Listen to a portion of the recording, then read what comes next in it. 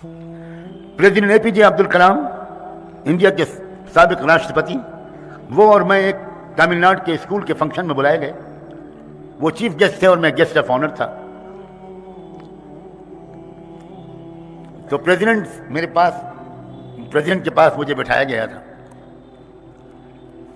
तो मैंने उनसे कहा कि honourable your excellency,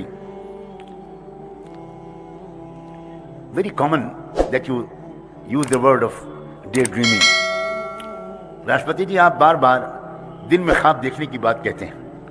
what do you mean by it? आप उसका क्या मतलब लेते हैं? कहने लगे, can you allow me to explain it in my speech? क्या आप इजाज़त देते हैं कि आपकी इस बात का जवाब मैं अपनी तकरीर में दूंगा?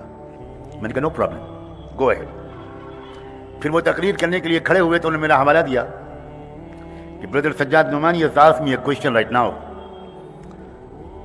that Mr. President, you many times use the terminology of daydreaming. What do you mean by it?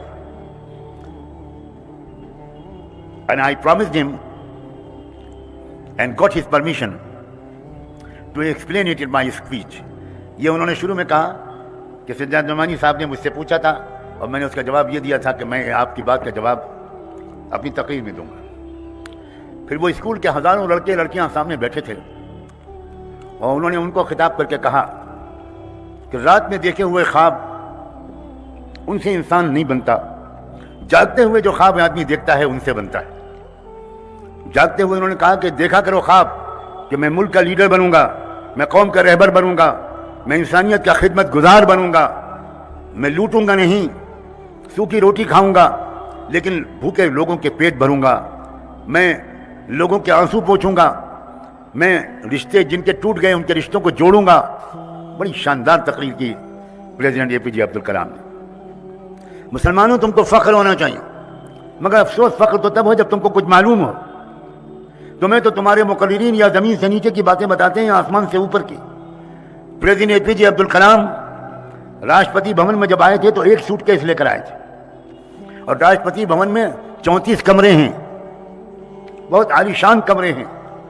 President APJ Abdul Kalam ने राष्ट्रपति भवन में कदम रखते ही ये कहा कि 2 कमरे खुले रहेंगे, बाकी सब लॉक कर दो।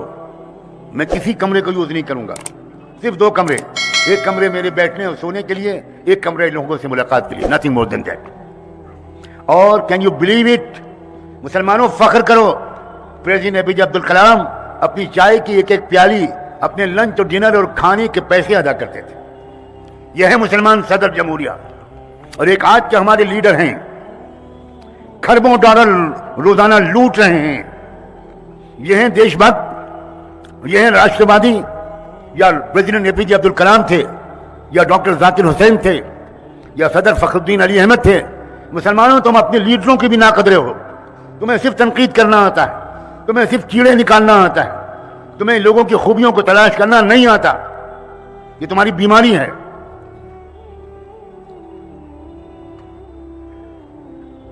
प्रेसिडेंट एपीजे अब्दुल कलाम के भाई और उनकी फैमिली, प्रेसिडेंट ने तो शादी की नहीं थी, तो भाई और उनकी फैमिली की ख्वाहिश थी कि वो भी दिल्ली आएं और सदर जमहूरिया को, अपने भाई को सदर बने हुए देखें और राष्ट्रपति भवन में ठहरे।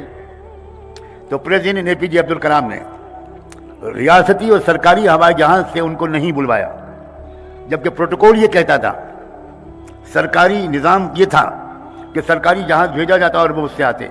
But president Abdul Kalam denied it, नहीं, बिल्कुल नहीं। उन्होंने ऑर्डिनरी फ्लाइट से उनको बुलवाया, खुद अपनी जेब से पेमेंट किया। 2 या 3 दिन वो लोग राष्ट्रपति भवन में रहे। आप यकीन नहीं करोगे, उनके 2-3 दिन रहने का किराया राष्ट्रपति अब्दुल कलाम ने सरकारी खजाने में जमा किया। यह है मुसलमान। मगर शायद गैरत जिस चीज का नाम है वो तुम्हारे घर में मर चुकी। मुसलमानों को अपने उलमा की भी कदर नहीं, अपने सियासी लीडरों की भी कदर नहीं जो ईमानदार थे। Mister Yunus Salim railway minister रहे बहुत अरसे तक। मिस्टर यूनुस सलीम मेरे वालिद माजिद के बड़े आशिक और शहदाई थे।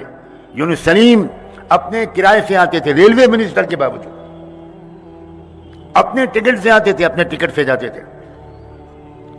मुसलमान से बढ़कर ईमानदार ढूंढोगे तुम इस मुल्क में? جس ملک کے باباؤں سادھوؤں نے بچیوں کی عزتیں لوٹی ہیں اور آج وہ جیل میں ہیں، کیا ملک کے حکمرانوں کی آنکھیں روشنی سے محروم ہو گئی ہیں؟ کیا ملک کے حکمراں اندھے ہو گئے ہیں؟ کیا ملک کے میڈیا والے اندھے ہو گئے ہیں؟ کیا ان کو سچی تصویر نظر نہیں آ رہی؟